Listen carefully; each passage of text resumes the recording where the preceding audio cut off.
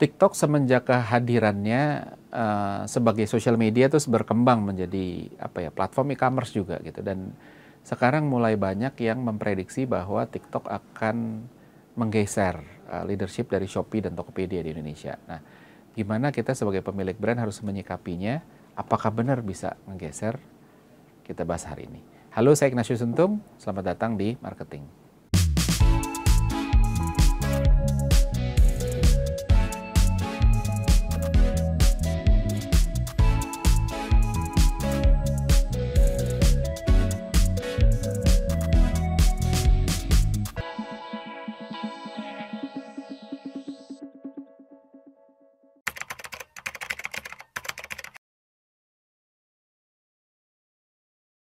Oke, sejak awal tahun 2000-an hingga 3 tahun yang lalu, kita lihat persaingan marketplace itu kan mengerucut sebenarnya. 5 besarnya udah kelihatan, di mana 3 besarnya hampir udah nggak banyak geser.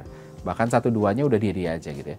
Padahal tahun 2015 saya ingat ada 12 marketplace besar yang sama-sama punya peluang. Ada Lazada, Tokopedia, Bukalapak, Blibli, Shopee, siapa lagi? Elevenia, Matahari Mall, Belanja, Bineka, Q10, JD, Dinomarket gitu ya. Waktu itu saya pikir Indonesia emang besar sih, tapi kayaknya nggak butuh segitu banyak gitu, sampai belasan gitu ya.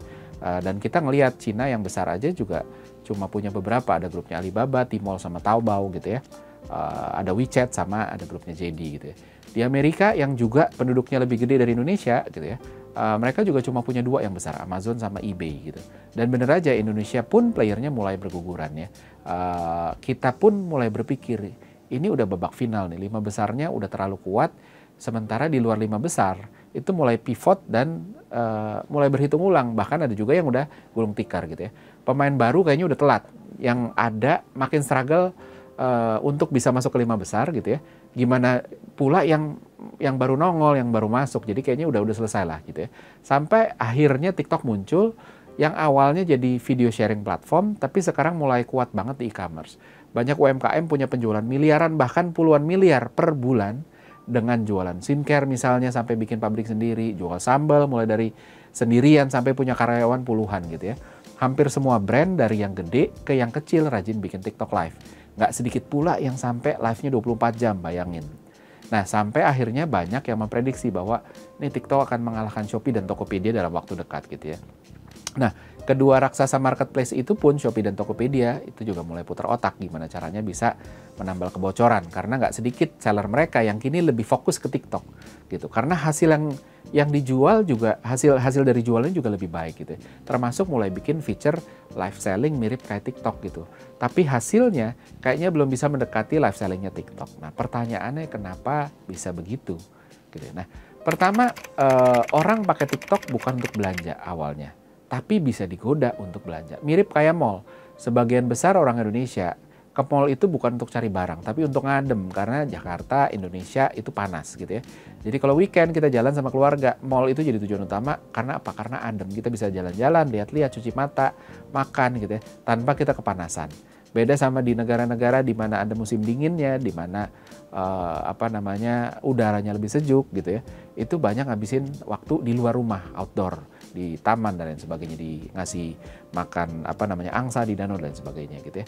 Nah, tapi bahkan ketika kita ke mall itu bukan untuk beli barang, nggak sedikit dari kita yang keluar dari mall itu bawa tentengan, beli sesuatu lah. TikTok juga sama, sebagian besar dari kita ke TikTok bukan untuk belanja gitu, tapi untuk cari hiburan, cari konten gitu ya.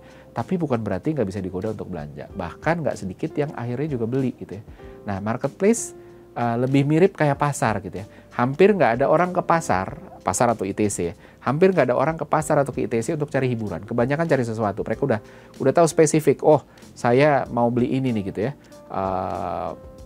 Atau kalaupun nggak tahu spesifik barangnya, tapi dia tahu kategorinya gitu ya. Pasti cari kebutuhan. Dan memang nggak ada hiburan di pasar gitu ya. Begitu juga nggak ada hiburan di marketplace. Orang ke sana buat belanja. Nah, justru non-intrusiveness-nya TikTok ini, yang orang ke sana bukan buat belanja gitu ya. Justru itu yang membuat orang mau nyimak gitu, mau ngeliat dan mau explore, yang akhirnya bisa dibikin beli gitu ya. Karena mereka nggak ngerasa dipaksa. Seringkali orang malah kabur ketika dikejar-kejar beli gitu ya. Walaupun marketplace juga nggak ngejar-ngejar ya.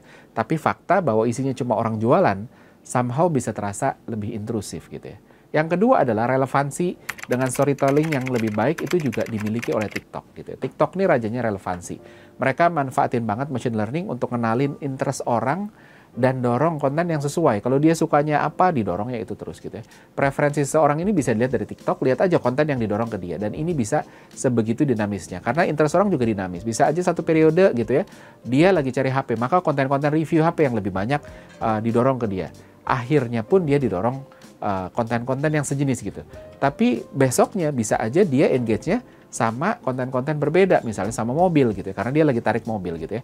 Nah, ya sudah, itu dianggap, oh dia sudah tertarik sama HP, dia tertariknya sama mobil, dan itu didorong. HP masih didorong, tapi udah nggak sebanyak yang sebelumnya, sampai benar-benar dia nggak punya engagement ke sana, baru pindah. Nah, kita lihat, kalau dilihat dari purchase decision making process, orang tertarik sama satu produk juga ada prosesnya. Nggak bisa dilihat hanya ketika dia udah cari barang tersebut. Ada proses lebih awal.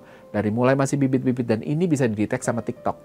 Engage sama konten yang relevan itu yang membuat TikTok tahu, oh dia tuh lagi suka, dia lagi mulai consider barang ini. Kenapa? Setiap saya dorong konten yang ada hubungan sama ini, terus habis itu dia ada engagement. Dan ini nggak bisa didetek sama marketplace, karena marketplace itu cuma bisa detect di lower funnel ya. Kalau kita ngomongin marketing funnel, funnel bawah itu kan yang udah, wah mantep lah saya mau beli deh gitu ya, tinggal milih brandnya. Nah, itu bisa didetek sama marketplace, tapi di fase-fase awal itu tidak bisa didetek sama marketplace, tapi bisa didetek sama TikTok dengan relevansi machine learning yang bisa ngenalin ini apa sih yang dia lagi tertarik, dan bahkan dia bisa nurture supaya bibit-bibit ini beneran jadi jadi sesuatu yang kejadian gitu. Nah, terus ketiga adalah referral yang powerful. Jadi nggak bisa dibantah bahwa influence paling powerful sepanjang masa sampai hari ini, dari dulu yang nggak berubah, bahkan setelah ada teknologi marketing segala macam, adalah referral. Itu yang masih jalan gitu.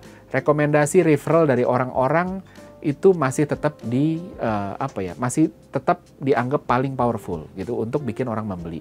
Nah, begitu sekarang ada teknologi, referral ini juga nggak harus dari orang yang dikenal. Yang penting mereka bisa sense bahwa ini sosok yang ada di pihak mereka gitu ya, bukan referral berbayar. Makanya review di marketplace pun juga dilihat orang, padahal orangnya kita nggak kenal gitu ya. Nah, TikTok facilitate referral dengan lebih baik lagi, bukan cuma sekedar tulisan dan rating seperti yang kita temui di marketplace, tapi bahkan bentuk video dengan storytelling yang baik gitu ya. Bikin orang bisa lihat apa yang direkomendasiin dan bagian mana yang direkomendasiin, bukan cuma tulisan. Poinnya bukan cuma sekedar lebih meyakinkan ya, tapi kasih kesempatan audiens untuk bisa justify ini bener apa enggak sih gitu ya. Nah, referral yang disertai visual, apalagi video, itu kasih kesempatan audiens untuk menjustify apakah referral ini bisa dipercaya apa enggak. Coba lihat deh, dia ngerekomendasiin apa sih, ngerekomendasiin hotel, dia bilang, wah hotelnya ini keren banget, lo pasti suka dan sebagainya. Begitu dilihat, kalau itu nggak sesuai, maka nggak sesuai. Makanya referral system yang secara alami terjadi di TikTok melalui kontennya, itu mempersuasi konsumen dengan lebih baik lagi sehingga dampaknya juga lebih bagus. Nah, terus habis itu mereka juga TikTok dengan karakter produknya itu melakukan full funnel persuasion. Kalau kita ngomongin funnel gitu ya, sebelum penjualan terjadi itu kan ada funnelnya, awareness dulu, terus option selection, terus considering, terus compare, terus decide, terus baru kita refer gitu ya. Marketplace itu cuma bisa bisa melayani dari option selection, mulai orang cari sampai ke refer, tapi dengan kualitas yang nggak begitu komprehensif gitu ya. Sementara TikTok dari ujung atas, dari awareness gitu ya, sampai ujung bawah dengan quality yang lebih komprehensif, dengan multimedia, dengan machine learning dan lain sebagainya. Sebelumnya ini putus, awareness-nya di media lain, kita spending di media-media, di news portal atau dimanapun, tapi itu habis itu pembeliannya di marketplace. Dan broken journey ini berpengaruh banget ke hasil. Nah, TikTok ini bisa nyambungin ini karena dari ujung atas sampai ujung bawah, dia bisa kontrol semua di platformnya mereka. Nah, pertanyaannya adalah kalau feature-nya ini di-copy sama marketplace, bisa apa enggak? Satu, bikin live itu bisa. Shopee dan Tokopedia udah bikin ini. Tapi kalau dengar kanan kiri hasilnya belum sampai ke levelnya TikTok. Penyebabnya ada di entry barrier. Orang buka marketplace app itu ketika sudah di funnel tengah dan bawah.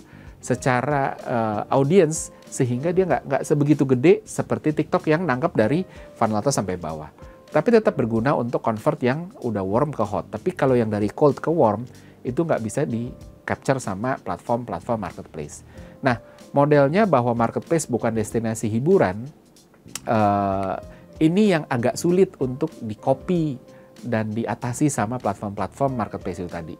Bikin marketplace jadi destinasi hiburan ini nggak gampang. Mau bentuknya apa? Belum lagi di asosiasi marketplace sebagai tempat belanja udah keburu besar gitu ya. Kalau mau bikin video sharing platform, jadi kayak TikTok juga gitu. Ada feature misalnya Shopee atau Tokopedia bikin video sharing platform juga di dalamnya gitu. Bisa aja, tapi juga butuh investment dan waktu. Toh IG Reels saja pemain besar Instagram gitu ya, dan YouTube gitu ya. Yang satu punyanya Facebook, satunya punyanya si Google gitu ya. Mereka mau coba bikin video-video pendek aja itu juga nggak mudah gitu ya untuk bisa compete sama TikTok. Nggak bisa dibilang gagal, tapi juga nggak bisa dibilang udah berhasil gitu. Jadi kalau marketplace mau bikin ini beneran sama sekali nggak mudah gitu ya. Nah, jadi apa yang kita bisa manfaatin sebagai brand? Yang pertama itu back to basic gitu ya. Marketplace itu toko, artinya kebanyakan plan buying gitu ya. Itu yang bisa dimanfaatkan oleh pemain marketplace. Kita harus sadar bahwa orang datang ke marketplace itu dengan udah punya di otaknya, oh saya mau beli ini. Itu dimanfaatkan setidaknya dengan setidaknya sampai sekarang TikTok itu belum jadi tempat untuk plan buying ya, pembelian yang direncanakan gitu. Lebih ke impulse gitu kan. Walaupun kedepannya bisa aja kalau TikTok ngembangin itu terus, akhirnya ini juga jadi tempat plan buying.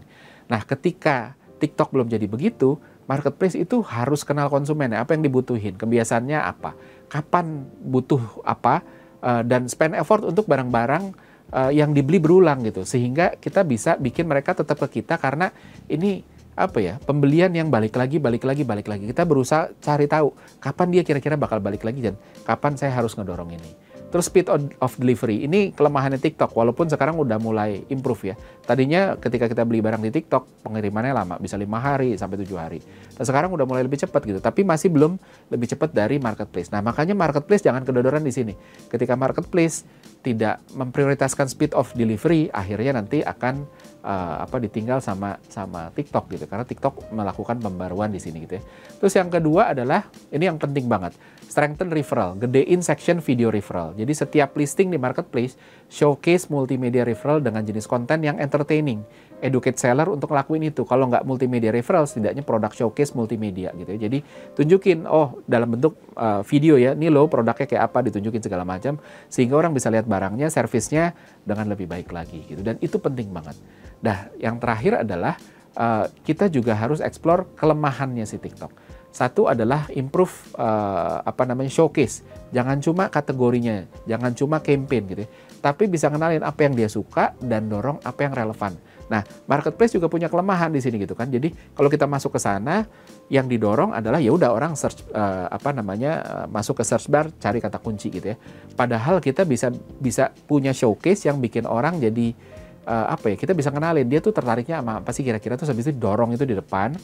Terus habis itu bikin ini jadi lebih appealing terhadap impulse buyer gitu ya. Bikin orang kayak, saya sebenarnya nggak cari ini, tapi kok ini menarik juga ya. Machine learning harus lebih bagus supaya bisa ngenalin dengan cepat kebutuhan konsumen itu tadi, dan pastiin itu bisa ditemui dengan mudah. Kalau perlu intrusif, it's okay.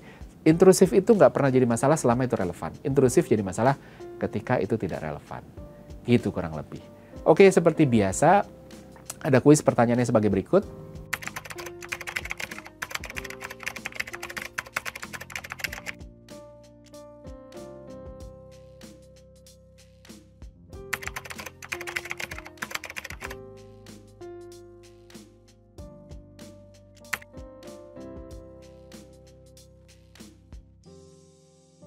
Pemenang dari episode kali ini bisa disaksikan di episode selanjutnya, maka dari itu jangan lewatkan marketing di Marketers TV. Saya Ignatius Untung, pamit undur diri.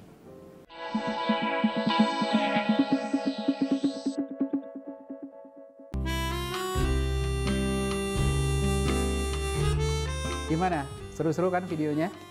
Kalau suka, jangan lupa komen dan like ya. Masih banyak juga nih video-video yang keren-keren lainnya, gitu kan? Dan jangan lupa subscribe juga Marketers TV di sini nih.